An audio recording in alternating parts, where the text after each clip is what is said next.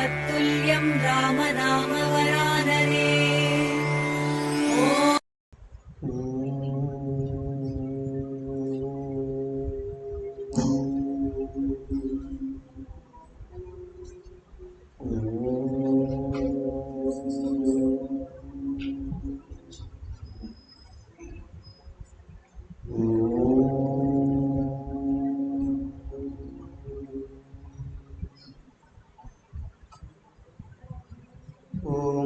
सहनाववतु सहनौ भुनक्तु सह वीर्यं करवावहै तेजस्विनावधीतमस्तु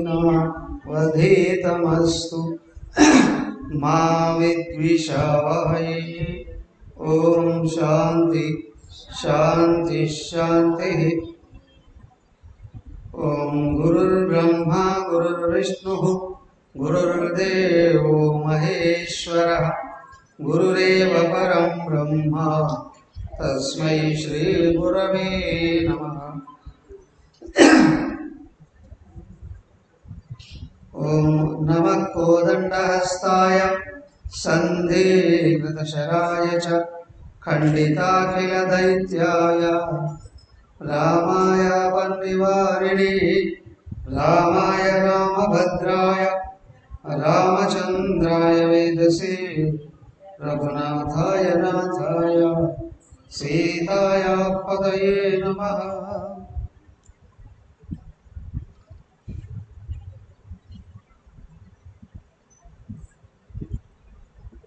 अंजनानंदनं वीरं जानकी शोकनाशनं कपीशमक्षहन्तारं वन्दे लङ्काभयङ्करं। सर्वमङ्गलमाङ्गल्ये शिवे सर्वार्थसाधिके शरण्ये त्र्यम्बके देवी नारायणे नमोस्तुते।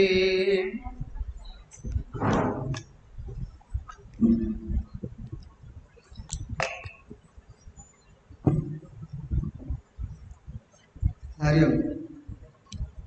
శ్రీమద్ రామాయణం చాలా రోజుల నుండి వింటూ ఉన్నాం. ప్రతి సంవత్సరం శరన్నవరాత్రులలో ఒక్కొక్క కాండ చుట్టుకుంటూ ఉన్నాం.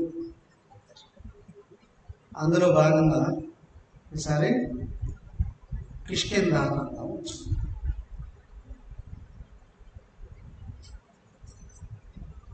అరణ్యకాండలో ప్రారంభమేమో సతీ అనసూయ అత్రుల ఆశ్రమం దగ్గర నుండి బయలుదేరి దండకారణ్యానికి వెళ్ళిపోయారు. ఆ ప్రారంభంలోనే విరాధ వధతో ప్రారంభమవుతుంది అరణ్యకాండం. అరణ్యకాండం పూర్తి అయిపోతుంది. శబరిని అనుగ్రహించి అక్కడి నుండి ఋష్యముఖ పర్వతం వైపు వెళుతుంది. ఇంతటితో అరణ్యకాండం పూర్తయిపోతుంది. ఋష్యముఖ పర్వతం దగ్గరకు వెళుతూ ఉన్నప్పటి నుండి కిష్కింధాకాండం అవుతుంది. ఋష్యముఖానికి వెళ్ళడం ఫస్ట్ ఆయన ఎవరు వచ్చి కలుస్తారు? కుదరదు. హనుమంతుడు కలుస్తాడు. తర్వాత సుగ్రీవుడు రావడం, వాలి వధ, తర్వాత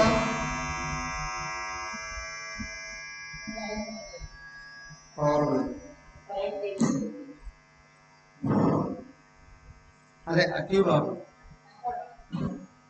అక్కడ ఉన్నాడు అని అది కూడా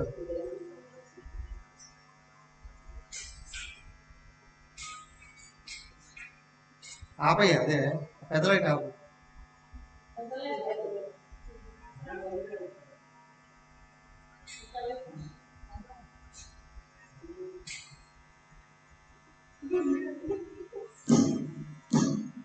सूचना आपने माइक माइक माइक आपने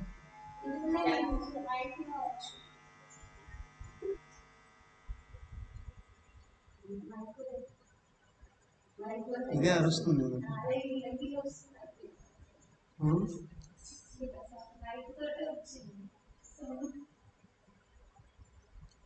కావాల్సిన సౌండ్ ఇదే కదా. సరే కానీ 10 నిమిషాలు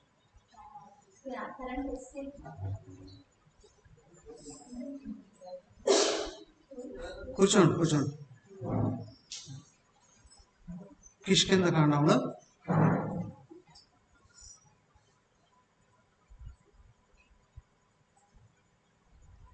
ఏమైంది? వాలసిగ్రీవులు కలవబోతూ ఉన్నాం.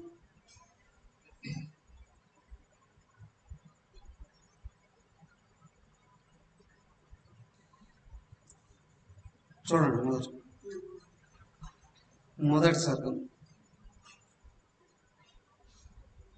సతాం పుష్కరిణీం గత్వా పద్మోత్పలజశాకులాం రామః సౌమిత్రి సహతో విలలాపాకులీంద్రియః తస్య దృష్ట్యైవ తాం హర్షాత్ ఇంద్రియాణి చ కంపిరే సకామవశమాపన్నః సౌమిత్రిం ఇదమబ్రవీత్ సౌమిత్రే శోభతే పంపా వైడూర్య విమలోదక పుల్లపద్మోత్పలవతి శోభితా వివిధైర్ద్రుమై సౌమిత్రే పశ్య పంపాయాః కాననం శుభదర్శనం యత్ర రాజంతి శైలాభా మాంతు శోకాభిసంతప్తం మాధవః పీడయన్నివ భరతస్య చ దుఃఖేన వైదేహ్యాహరణేన చ శోకార్తస్యాపి మే పంపా శోభతే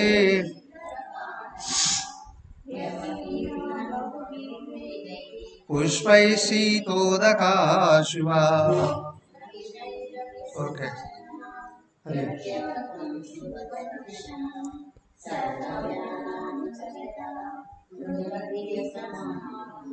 హరి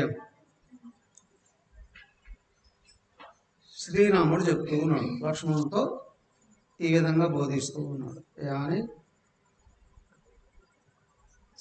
తాం పుష్కరిణీం గత్వా పద్మోత్పల జశాకులాం పంపా సరస్సులో అయ్యా అన్నారు. పంపా సరస్సు ఎక్కడుంది? అది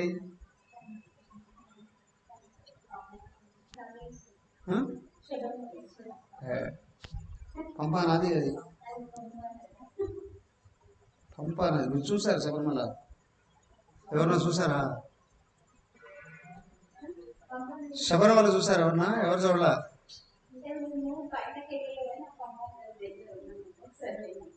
పంపా నది దగ్గర మాత్రం ఉన్నారు.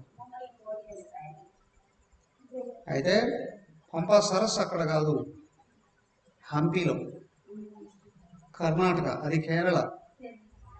కేరళ మధ్య అంటే ఇంకా దాటి వెళ్ళిపోతుంది, చూసింది శబరిమల దగ్గర. కానీ ఇది హంపి దగ్గర ఉంటుంది. హంపీలోని పైకి వెళ్తే పంపా సరస్సు అని చెప్పి, దాని పక్కనే ఋషిముఖ పర్వతం. రాముడు తిరిగినటువంటి కిష్కింధకాండం మొత్తం అక్కడే జరుగుతుంది. ఇప్పుడు ఏదైతే హంపి అని అంటున్నామో అదే ఇంతకుముందు విజయనగర సామ్రాజ్యం, అంతకుముందు కిష్కింధ వాళ్ళే రాజ్య పరిపాలన చేసినటువంటి ప్రాంతం అంతా కూడా ఈ కిష్కింధని అంటారు. వెళ్ళిపోయారు, కిష్కింధ దగ్గరికి వెళ్ళిపోయారు. అక్కడికి వెళ్ళి కూడా పంపా సరస్సును చూస్తారు. సరస్సు అంటే చెరువు. సరస్సును చూశారు. సరస్సును చూసి దాని దగ్గర నుండి ఆ చుట్టుపక్కల ఉన్నటువంటి శోభ, అక్కడ కూడా ఉంది నది. వాటన్నిటిని చూస్తూ రాముడికి సీతాదేవి పదే పదే పదే పదే గుర్తొచ్చింది. 13 ఏళ్ళు అరణ్యాలను తిరిగారు. ఏమయ్యా అంటే అనేక రకాలుగా. ఒకటేమో వేదన, సీతాదేవి కనిపించకుండా పోయింది. అవునా? పైగా అడవి, ఎవరు తీసుకెళ్లారు, ఎటు తీసుకెళ్లారు ఏమీ తెలియలేదు, ఇంకా విషయం తెలియలేదు. పైగా ఒకటి ఇది. రెండోది వసంత ఋతువు వచ్చేసింది. చైత్రమాసమేగా వసంత ఋతువు.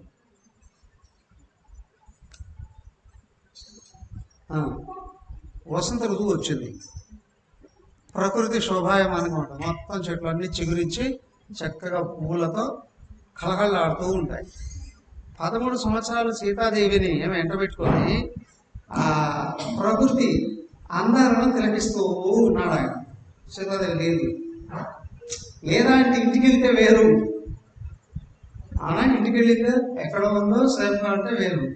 కానీ రాక్షసుల బారిలో పడిపోయింది కదా, మరి ఆయన విపరీతమైన వేదన కలిగింది. ఆ వేదనను అంతటి తలుసుకుంటూ లక్ష్మణస్వామితో చెప్పుకుంటూ, ఎవరికైనా సరే దుఃఖం కలిగింది అంటే జ్ఞానం వెళ్ళిపోతుంది. సన్యాసం ఆత్మ జ్ఞానాన్ని నిలబెడుతుంది, సంసారం అది పోగొడుతుంది. ఎందుకయ్యా అంటే సన్యాసి ప్రపంచంలో ఎక్కడ తిరిగినా ఏం చేసినా, ఏ గౌరవాలు వచ్చినా, కష్టాలు వచ్చినా, నష్టం ఏమొచ్చినా ఏం చేస్తాడు, మనతో ఒకే పద్ధతి అనే విషయాన్ని గుర్తు చేసుకుంటాడు. రెండవది లేదు, నేను ఆయనే అనేది లేదు అని అవసరమైతే మనసును ఆపేస్తాడు. కానీ గృహస్థాశ్రమంలో ఏంటి అంటే ముఖ్యంగా జీవించినందుకు తోడు కావాలి. ఎప్పుడు తోడు కావాలి అని అనుకున్నాడు ఏ వ్యక్తి అయినా సరే, సంసారం అయినా సరే, సన్యాసి అయినా సరే, ఇంకొకరు తోడు కావాలి అని అనుకుంటే వాళ్ళు ఎవరైనా సరే ద్వైతం వచ్చేస్తుంది. ఆ ద్వైతం మర్చిపోతారండి, దైవాన్ని మర్చిపోవడం. దేవుడిని తలుసుకున్నప్పటికీ కూడా ద్వైత భావంతో తలుసుకుంటారు, కానీ పరమాత్మ నా స్వరూపమై ఉన్నాడని విషయం గుర్తురాదు. దానికే ఇక్కడ చూపిస్తున్నాను. సాక్షాత్తు భగవంతుడే నారాయణుడే ఆయన లక్ష్మణ స్వామితో ఉన్నాడు. సీతమ్మ వారి ఇంట్లో తోడుగా ఉంది కదా, ఆమె కనిపించబోయేటప్పటికీ ఆయన కూడా ఆయన స్వరూపాన్ని మర్చిపోయాడండి. ఒక విధంగా ఆయన వేదన పడుతున్నాడండి, దుఃఖపడుతున్నాడండి. సీతమ్మ వారు కనిపించలేదు. అదంతా లక్ష్మణ స్వామితో పంచుకుంటాడు. అలాగే వాళ్ళు పంచుకుంటూ మాట్లాడుకుంటూ ఒక్కోసారి అయితే రాముడు కనిపించిన ప్రతి చెట్టును పరిగెత్తుకుంటూ దగ్గరికి పోయి అడుగుతున్నాడు. ఆ చెట్టు కదిలితే అక్కడ ఉందేమో అమ్మవారని వెళ్ళిపోతున్నాడు ఆయన వరుసగా. అలాగా చెట్టును, పక్షుల్ని, జంతువుల్ని, కొండలని, గుట్టల్ని అడుగుతూ మాట్లాడుతూ ఆయన అలా ముందు వెళుతూ ఉంటే ఏమైతే చూడండి, రెండో సత్యం. తౌతు దృష్ట్యా మహాత్మానౌ ప్రాతరౌ రామ లక్ష్మణౌ వరాయ దదరౌ వీరౌ సుగ్రీవః శంకితో భవతు ఉద్విగ్న హృదయః సర్వా దిశః సమవలోకయన్ నవ్యతి తిష్టత కస్మిన్ దేశే వానర పుంగవః. చదవండి రెండో సర్వ.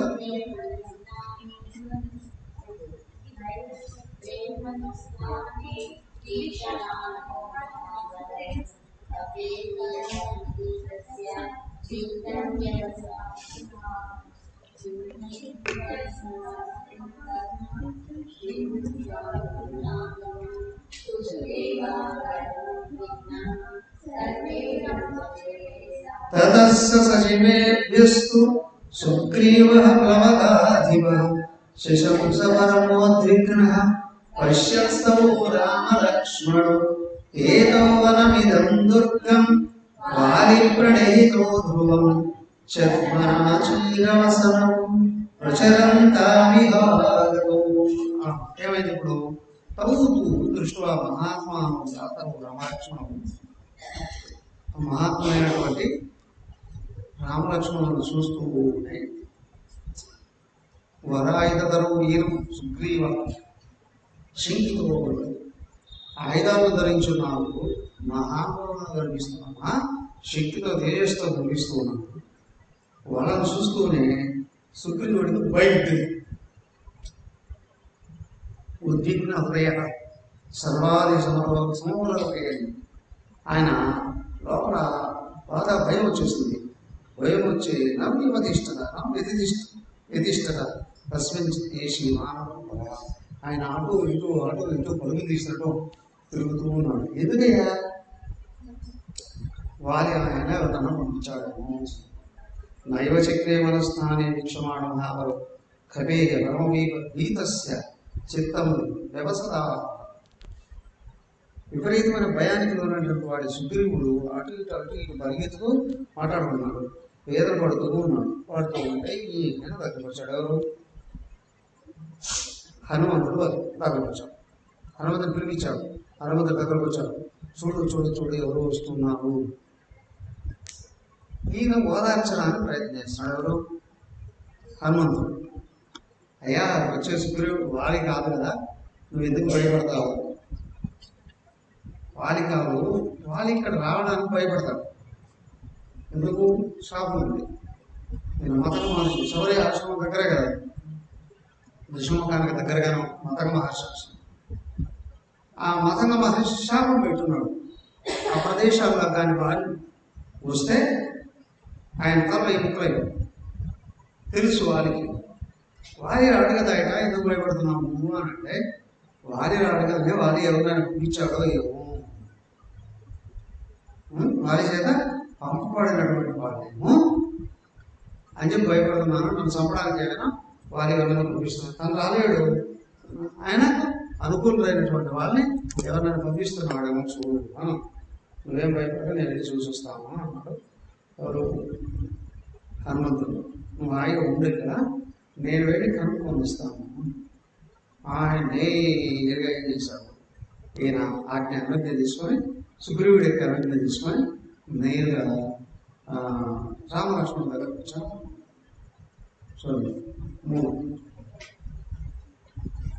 వచో విజ్ఞాయ హనుమాన్ సుగ్రీవస్య మహాత్మనః పర్వతాదృశ్యమూకాత్ పుప్లువే యత్ర రాఘవో కపిరూపం పరిత్యజ్య హనుమాన్ మారుతాత్మజః భిక్షురూపం తతో భేజే శతబుద్ధితయా కపిః తతస్స హనుమాన్ వాచ సులక్ష్ణయా మమనోజ్ఞయా సుమనోజ్ఞయ వినీతోపాగమ్య రాఘవో ప్రణిపత్య చ ఆమవాషే తదా వీరు యథావతు ప్రశంస చ.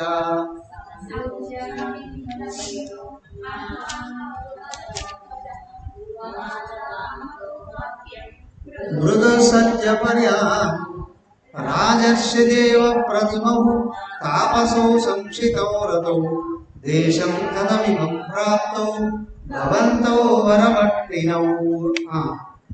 ఆయన వచ్చేసాడు. ఎవరు? హనుమంతుడు రామలక్ష్మణుడు దగ్గరకు వచ్చాడు. వచో విజ్ఞాయ హనుమాన్ సుగ్రీవస్య మహాత్మనః పర్వతాదృశ్యమూకాత్ సుగ్రీవుడి యొక్క అనుమతి తీసుకొని హనుమంతుడి రామలక్ష్మణుడి దగ్గరకు వచ్చాడు. కవిరూపం పరిత్యజ్య, ఆయన వాన రూపాన్ని వదిలేసి హనుమాన్ మారుతాత్మజ భిక్షు రూపం తథ భజే శరవద్ధితయా. భిక్షు రూపం ఇతి రూపాన్ని ధరించాడు, సాధు రూపాన్ని ధరించాడు. ఎవరు? సాధు రూపంలో వచ్చి ఆయన సర్వశక్తులు కలిగినటువంటి సాధు సాక్షాత్ శివుడే కదా. ఆయన ఏం చేశాడు? సాధు రూపంలో వచ్చి నేరుగా కవి ఆయన దగ్గరకు వచ్చేసాడు. రామలక్ష్మణుడు తథ హనుమాన్ వాచ సత్య మనోజ్ఞ వినీవత ఉపాగమ్య రాఘవో పరిణత్య అవభాషే తదా మీరు యథా ప్రశంస.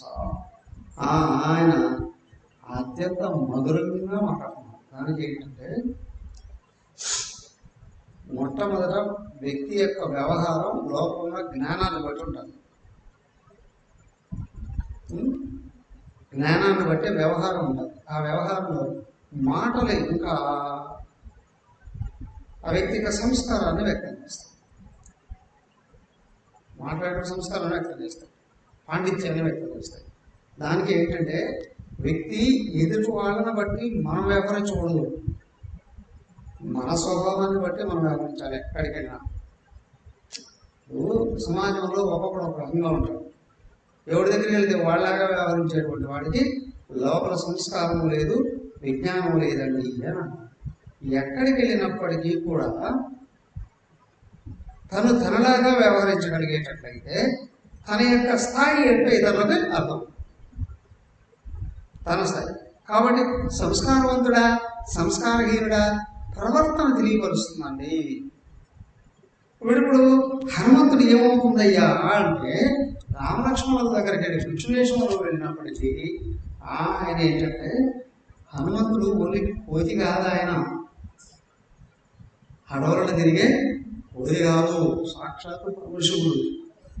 వాయుదేవుడి అనుగ్రహంతో అంజనాదేవికి జన్మించాడు.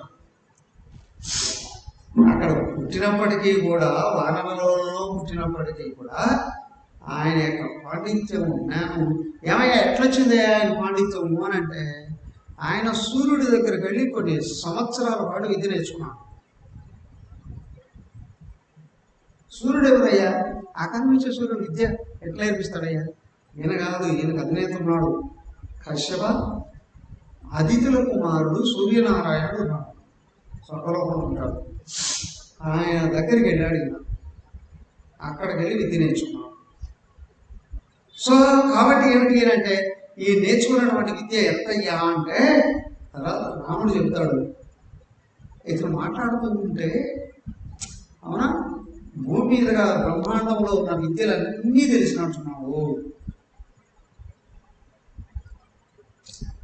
మాట్లాడే విధానంలో తెలుస్తుందిగా, ఎంత జ్ఞానం ఉందో అంత వస్తుంది మాటల్లో ఉంటే కదా.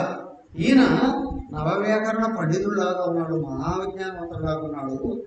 ఎంత మృదువుగా మాట్లాడుతున్నాడు, ఎంత సంస్కారవంతంగా మాట్లాడుతున్నాడు. ఆ మాట్లాడేటువంటి విషయాలు పదాలు వాడడం అనేటువంటిది మహాపండితులాగా మాట్లాడుతున్నాడు. చూసి ఇట్లా ఆయన మాట్లాడే చూసి మహాపండితులాగా మాట్లాడుతున్నాడు.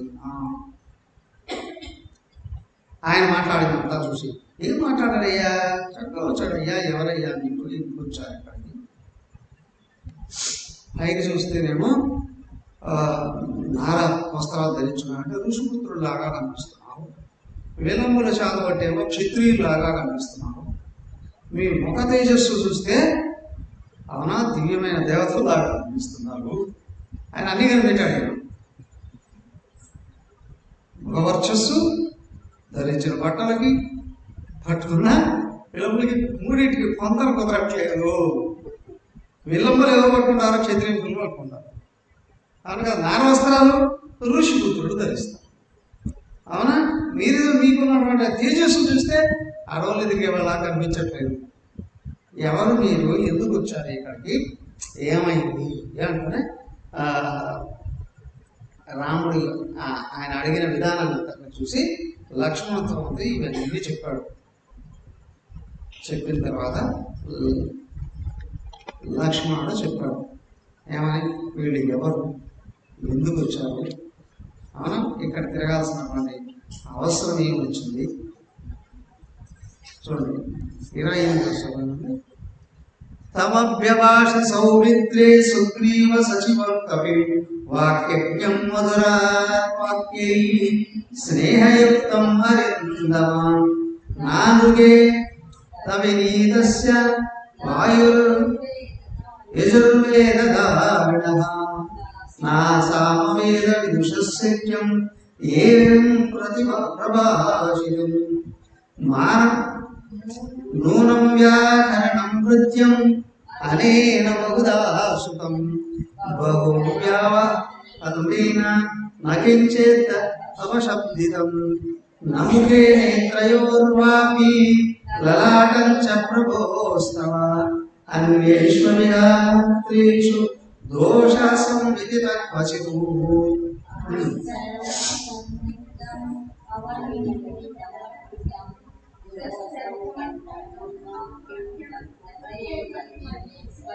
ఓకే తం అవ్యభాష సౌమిత్రి సుగ్రీవ సచివం కవి వాక్యజ్ఞం మధురైర్వాక్యై స్నేహయుక్తం హరిందమ.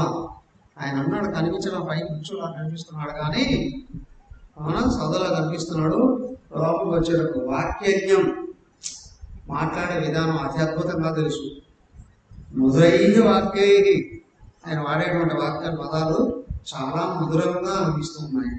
స్నేహయుక్తం స్నేహభావంతో మాట్లాడుతున్నాడు. ఆయన భయపడట్లే. అరిందమం ఆయన చూస్తే ఆయన దేవుడు శత్రువే లేడు అన్నట్టుగా శాంతంగా మాట్లాడుతున్నాడు. నా అను వేద వినీతస్య అయ్యా ఈ మాటలు చూస్తూ ఉంటే యజుర్వేదము, సామవేదము, ఋగ్వేదము 3 వేదాలు నేర్చుకున్నటువంటి వాడు కూడా ఇట్లా మాట్లాడాడు. అంతకంటే ఎక్కువగా చదివినాడు. అయితే నూనం ఖచ్చితంగా వ్యాకరణం సర్వం కృష్ణం వ్యాకరణం అనేన భూదాశుతం మొత్తం వ్యాకరణం అంతా తెలుసుకున్నాం. బహువ్యావహారత. ఇంకొకటి ఏంటి అని అంటే వ్యాకరణం అంతా తెలిసినప్పుడే గొడవ వల్లి వేయడం కాదు, అవునా? తర్వాత ఈయన కదా దూతగా వెళ్ళాడు. ఒక వ్యక్తి ఒక దేశం తరఫున ఇంకొక దేశానికి రాయబారిగా వెళుతున్నాడు అని అనుకోండి. విదేశాంగ శాఖ మంత్రి అంటారు జనరల్గా. ఆయన బాగా మన దేశం గురించి తెలిసి ఉండాలి, ఎదుటి దేశం గురించి తెలిసి ఉండాలి. ఏమి మాట్లాడితే మొదట గొడవ లేకుండా స్నేహభావం ఇవన్నీ తెలిసిన వాడు మాట్లాడినట్టుగా ఈ మాట. మంచి వ్యవహారకర్త. నముఖే నేత్రయోద్వాపి లలాటేశం ప్రభోస్త. అంతేకాదు, ఒక వ్యక్తి మాట్లాడుతుంటే ముఖ కవళికలు ఉందే అతని వ్యక్తిత్వాన్ని, అతను ఎందుకు వచ్చాడు అనేటువంటి విషయాన్ని, ఎదుటివాడు ఏమవుతాడు అనే విషయాన్ని కూడా తెలియపరుస్తుంది. ఆయనకు ఆ ముఖకుడు సంజ్ఞాశాస్త్రం అని అంటారు. ఇదంతా కూడా సంపూర్ణంగా తెలుసువాడు. అనివేశమిషగాత్రీషు దోష సంహిత ప్రసిద్ధం. ఎంత ప్రయత్నించినా అతని మాటలలో కించిత దోషం కూడా కనిపించట్లేదు. ఇది హనుమంతుడి యొక్క అసలు స్వభావం. హనుమంతుడు అంటే కోతియము, వృతాడను, వానను కాదు. నేను సాక్షాత్ పరమశివుడు. అవునా? దక్షిణామూర్తి మొట్టమొదట ప్రపంచానికి వ్యాకరణాన్ని అందించిన దక్షిణామూర్తి ఈయన. కాబట్టి వాస్తవానికి లక్ష్మణస్వామి తెలియని జ్ఞానం అంటూ ఏది లేనే లేదయ్యా. ఆయన మాటల ద్వారా అది స్పష్టంగా కనిపిస్తూ ఉంది. చాలా ఆకర్షణీయంగా మాట్లాడుతున్నాడు ఆయన.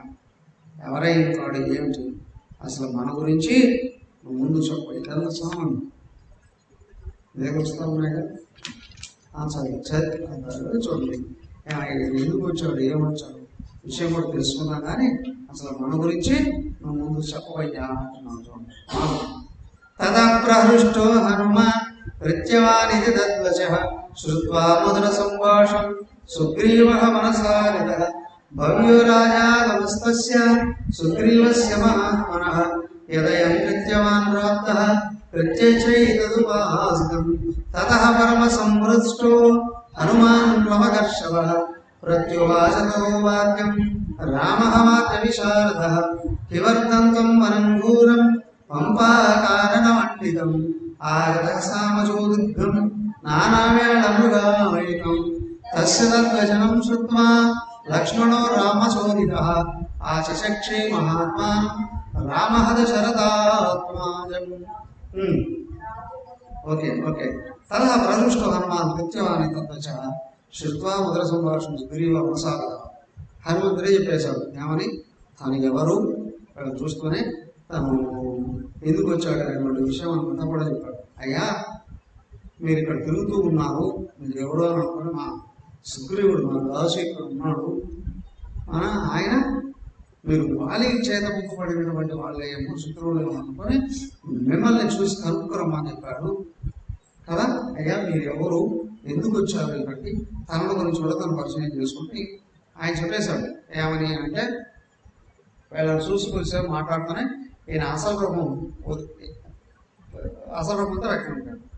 ఈ భిక్షు రూపాన్ని వదిలేసి వాళ్ళ రూపంలోకి వచ్చి నేను సుగ్రీవుడి యొక్క సచివుడిని, సుగ్రీవుడు వాలికి భయపడే దేశంలో ఉంటున్నాడు, మిమ్మల్ని చూసి వాలి చేత కూడా శత్రువులేము అని అనుకొని ప్రయత్నం నన్ను ఇక్కడ పంపించారయ్యా. మీరు ఎవరు, ఎందుకు వచ్చారు ఇక్కడికి, దీనికోసం ఇక్కడ తిరుగుతూ ఉన్నారు, మీరు మహానుభావులైనట్టున్నారు, మీ గురించి చెప్పండి అని వెంటనే లక్ష్మణస్వామిని సైగ చేశారు. రాముడు చెప్పయ్యా ముందుంచండి, ఎవరు మీరు చెప్పాడు. అయ్యా మాది అయోధ్య నగరం, మా నాన్నగారు దశరథుడు, ఆయనకి 4 పిల్లలు ఉన్నాను. 4లో నేను పెద్దవాడు, మా అన్న రామచంద్రుడు, నేను లక్ష్మణుని కైక కోరిక మీదట రాజ్యాన్ని వదిలేయాల్సింది వచ్చింది భరతుడికి. ఆ తర్వాత అరణ్యాల్లోకి వచ్చామయ్యా. అరణ్యవాసం చేస్తూ చతుర్భుజం నుండి ఇట్లా దండకారణ్యంలోకి వచ్చి 13 సంవత్సరాలుగా తిరుగుతూ ఉన్నాము. ఇంకొక సంవత్సరం ఉంది. ఈ జనస్థానంలోకి వచ్చి పర్ణకుటీరం వేసుకుని మేనక్కడ జీవిస్తూ ఉంటే ఇది మారీషుడు వచ్చి మమ్మల్ని ఏదైనా దూరంగా తీసుకుని వెళ్ళిపోయి సీతాదేవిని తీసుకెళ్ళి ఇటువైపు ఆయన చెప్పాడు, రావణాసుడే తీసుకెళ్ళాడు. ఎవరు? జడాయు చెప్పాడు. రావణాసురుడు ఈ వైపు నుండి ఇట్లాగా తీసుకుని వెళ్ళిపోయాడు. సీతాదేవిని వెతుకుతూ ఇట్లా వచ్చామయ్యా. ఇప్పుడు వచ్చినటువంటి విషయం అంతా ఆయనకి చూపించాను. చెప్తే ఈయనకు అర్థమైపోయింది కదా. వెంటనే చూశాను. లక్ష్మణ స్వామి రామచంద్రుడు సూర్యగిరివుడి గురించి అడక్కముందే వాళ్ళు చెప్పేశారు. హనుమంతుడు చెప్పేశారు, అయ్యా మేము ఇక్కడ కవంతుడు అనే రాక్షసుడిని పంపగా సుగ్రీవుడితో మైత్రి చేయడానికి మేము ఇక్కడ వచ్చాము. కానీ నువ్వే ముందే సుగ్రీవుడు నుండి మమ్మల్ని తీసుకెళ్ళడానికి వచ్చింది. మాకు చాలా చాలా సంతోషంగా ఉంది. పదా వెళ్ళి సుగ్రీవుడినే కలుస్తాము అన్నారు. కానీ పాపం ఆ పర్వతం ఎక్కలేకపోతున్నాం. ఎవరు? రామలక్ష్మణుడు తిరిగారుగా. అంతా తిరిగి అలసిపోయినారు. వాళ్ళు ఏం తినే పరిస్థితుల్లో కూడా ఏమీ లేరు. అక్కడ తినే పరిస్థితుల్లో కూడా లేరు కదా. ఆకలి దప్పికతో పండక్కి ఓపిక కూడా లేకుండా ఉన్నట్టు కనిపిస్తుంది. కనిపిస్తాను హనుమంతుడిగా గమనించాను. హనుమంతుడు అంటే నేను తెలుసాను. వాళ్ళు ఏంటో చూశాను, వీళ్ళకంటే చిన్నోడుగా కనిపిస్తున్నాడు. వీళ్ళతో ఏ విధంగా ఎత్తుకెళ్ళారు మన మీదకి. ఆయన హనుమంతుడు కొంచెం కోపం పెంచాడు. కోపం పెంచి అక్కడ కూర్చున్నాడు. ఆయన కూర్చున్న వాళ్ళు ఇద్దరిని భుజాల మీదకి తీసుకుని భుజాల మీదకి కూర్చున్నాడు. భుజాల మీద కూర్చొని ఎంతసేపు పడుతుంది పైకి వెళ్ళడానికి ఆయనకి? ఏముంది, ఇక్కడ ఎగిరి అక్కడ దొరికేశారు. ఎగిరి అక్కడ దొరికిన తర్వాత పైకి తీసుకెళ్ళిపోయి ఆయన భయపడుతూనే ఉన్నాడు. ఇంకా సుగ్రీవుడు కూర్చోబెట్టి వాళ్ళకి ఏమన్నాయి అక్కడ కూర్చోవడానికి గుహ ఉంది పైన. ఆ గుహలో ఉంటారు. అది బయట పెద్ద చుట్టూ ముద్దులు వేసినారట. అవే కుర్చీలు బెంచీలు అన్నిటి కదా. రామలక్ష్మణులు ఒక కూర్చోబెట్టారు. ఇంకొక ప్రక్కన సుగ్రీవుడు కూర్చున్నాడు. హనుమంతుడు నిలబడి ఉన్నాడు. ఇప్పుడు వాళ్ళిద్దరికి స్నేహం కలుపుతాం. స్నేహం కలుపుతూ ఉంటే ఏం చేయాలి? ఆ స్నేహం శాస్త్రబద్ధమయ్యేటట్లుగా శాశ్వతమయ్యేటట్లుగా ఈ హనుమంతుడు అగ్నిని రగిలించాడు. అగ్ని సాక్షిగా వీళ్ళిద్దరూ స్నేహితులు అవుతారు. రామచంద్రుడు చెప్పాడు, వారి తన గాథంతా చెప్పేశాడు. ఏమైంది? వాలి నన్ను చంపబోయాడయ్యా. కారణం తర్వాత అడుగుతాడు. వాలి నన్ను చంపబోతే నేను మొత్తం భూమండలం అంతా తిరిగాను. ఎక్కడికెక్కడికి వెళ్తూ ఉంటే అన్ని చోట్లకు వచ్చి నన్ను చంపడానికి ప్రయత్నం చేశాను. అన్ని చోట్ల తప్పించుకొని తిరిగి ఇక్కడికి వచ్చాను. ఏంటంటే ఇక్కడికి వచ్చేటప్పటికి వారికి శాపం ఉంది, ఈ ప్రదేశానికి రాలేడు. అందుకే మేము ఇక్కడ తలదాచుకుంటూ ఉన్నామయ్యా. పైగా ఇంకో విషయం కూడా చెప్పాడు, నన్ను తల్లి తరివేసి చంపేయడానికి ప్రయత్నం చేసి నా భార్యను తీసుకెళ్ళిపోయాడు. ఒక విధంగా ఏడ్చేయడానికి మాట్లాడేశాడు సుగ్రీవుడు. రాముడు ఓదార్చి వారిని సంహరించి నీ భార్య నీకు అప్పచెప్తాను.